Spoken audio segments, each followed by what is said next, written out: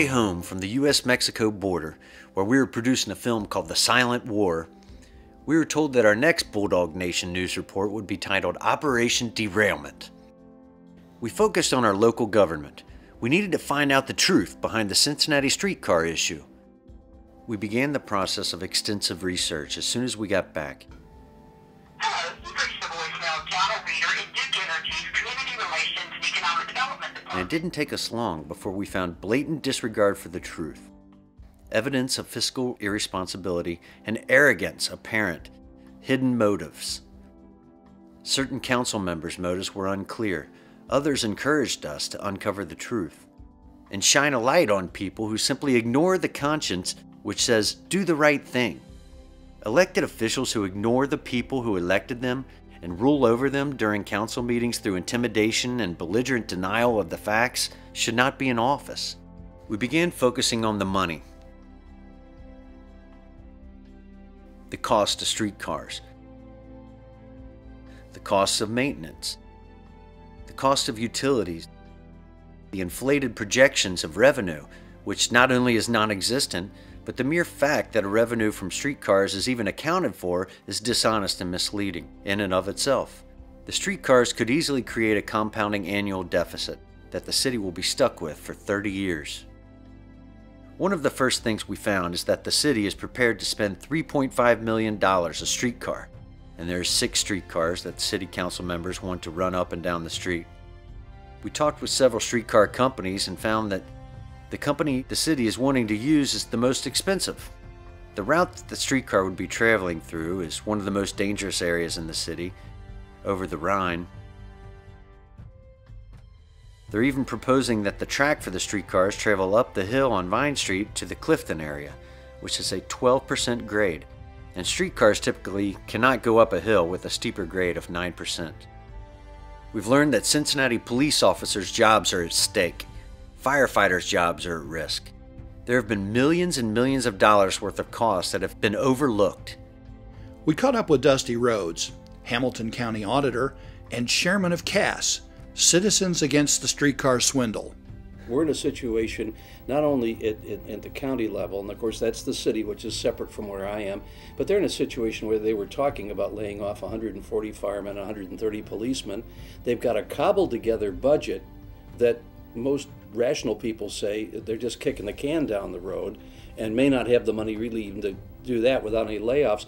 And while they're in this kind of a financial bind, they're embarking on this grandiose scheme to put in a streetcar, which is old-time technology, for some kind of a romantic vision that this is going to bring people into the area. And this does not make any sense. They will tell you the money's coming from like the sale of the Blue Ash Airport, and these are capital funds that can't go anywhere else, and so they can only be spent on capital funds. Well, I've been hearing that for years.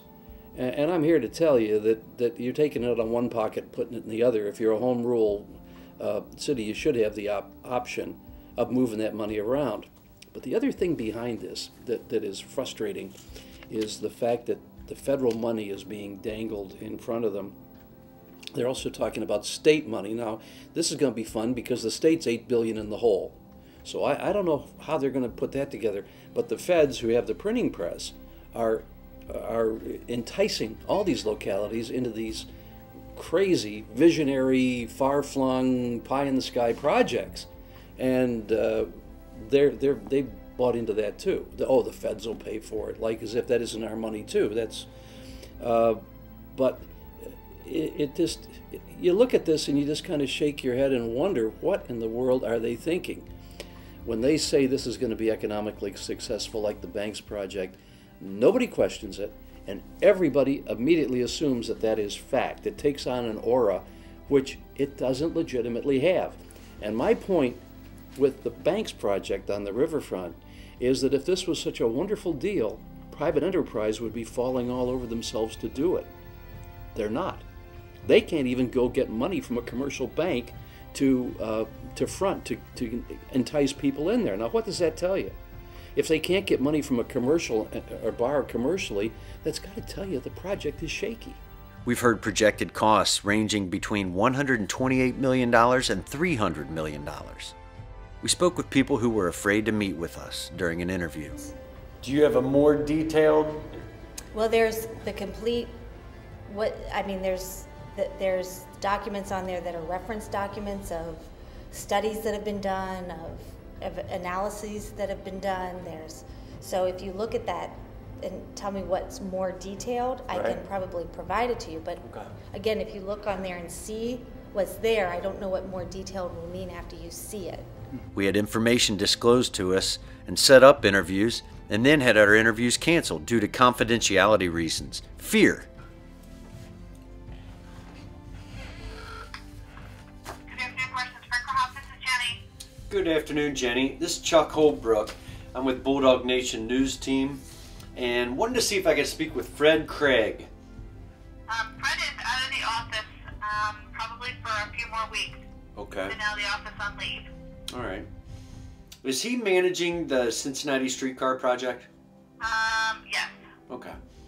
People trying to protect themselves. I wanted to ask you your opinion on that streetcar issue. My opinion on the streetcar issue? Right. I'm afraid I can't do that. Sorry. Right. Okay, well, thanks. Or their company, trying to hide the financial details behind the streetcar's track construction and underground utility costs. We went downtown to City Hall to see if anyone would talk to us. I'm Chuck Holbrook with Bulldog Nation News Team. We're here at City Hall, and we are going inside with cameras rolling, see if we can get some answers to the Cincinnati streetcar issue. Come with me. We stopped in one council member's office and got some help from the chief of staff, who gave us some good information about what real costs would be. The bottom line was we can't sell any more bonds in the city because we're all bonded out. We can't do anything else that might actually create jobs on a long-term basis because we have bonded up totally to our max on the streetcar. And he put us in contact with some key people who could lead us to the truth regarding how this thing is moving forward in the light of the city's current deficit problems. Just for the maintenance alone, the financial burden will only become greater for our government and you, the taxpayer. We met with former Congressman and Cincinnati Mayor Tom Lucan, who has formed the CAS organization. CAS stands for Citizens Against the Streetcar Swindle. The only people who are really for the streetcar are the developers. In light of, the city's deficit, why would they advance on the streetcar issue when, they're asking the public to shoulder the burden of the maintenance of the streetcars? And Why they do that? Well, how'd they get away with it? I'd say a lot of people are, the developers, they're doing it for selfish reasons. we met with Mary Cool, a West Side resident who has attended numerous city council meetings and is heavily involved in doing everything she can in educating people about what this really means and voicing the facts to city council, concerns, things that have been overlooked and met with belligerent denial. And Jeff Birding, I've always gotten along with him, and I'm very disappointed in him. He keeps saying, well, if you show me the numbers where it's not going to work, I'll be willing to look at my vote.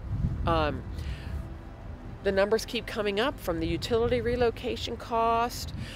He's just not listening. And unfortunately, he was behind, very instrumental, and was behind the sales tax increase that happened with the vote for the two stadiums, and that's bankrupting the county. And my advice to Jeff is he needs to quit while he's behind. Do you want your name on a second boondoggle that's going to bankrupt? You've already helped bankrupt the county. Do you want your name on something that's going to bankrupt the city? If it was me, I would say no, I don't. We talked to police officers and heads of departments who are hesitant to publicly voice their opinions. We met with Mark Miller, an engineer who is treasurer for Coast. Coast is the coalition opposed to additional spending and taxes. The Cincinnati city budget that they recently foisted on us was a complete travesty. Their income is down, and yet they won't recognize the plain facts and cut the budget. There's plenty of opportunities to cut, plenty of things they can cut without decimating the city, and they elected to do none of it. They let it go until the 11th hour, and then instead of doing the hard work and getting the budget balanced, they made a bunch of one-time gimmicks and tricks to basically kick the can down the road and leave it to another council. It's completely irresponsible, and because of that, we need a new council, and obviously we need a new budget. One thing that is conspicuously absent from the budget is the streetcar, and $128 million project that the city said is go, and they're going ahead with it, and to not even have it as part of the budget is completely irresponsible. In order to pay back that $128 million over, say, 25 years, what are we looking at? We're looking at $7 million a year when we factor in interest, $10 million a year. So how are they going to get that in tax revenue? They can get it from property tax, they can get it from earnings tax. One way they change that equation is through TIF, tax increment financing. Tax increment financing is a little gimmick that they use to pay for projects. So you want to do a project, and you think that the project is going to increase the value of everybody's real estate within a certain geography. So you say, okay, we got real estate in this geography. We're going to do this project. It's going to cause everybody's property values to go up. So we'll go out and we'll borrow the money to do the project. And then once everybody's property values go up, they'll pay higher property taxes. We'll capture just that excess property tax and use that to pay back the money we borrowed. There's basically two kinds of property right now in that geography. There's stuff that's already very, very well developed. Fifth Third Tower, Queen City Square. That stuff isn't going to appreciate very much in value. It's got, they pay a lot of property taxes, but remember, we don't take the gross property tax, we just take the amount that it changed. So, something that's already fully developed, how much more property tax are they going to pay due to the streetcar? Not much.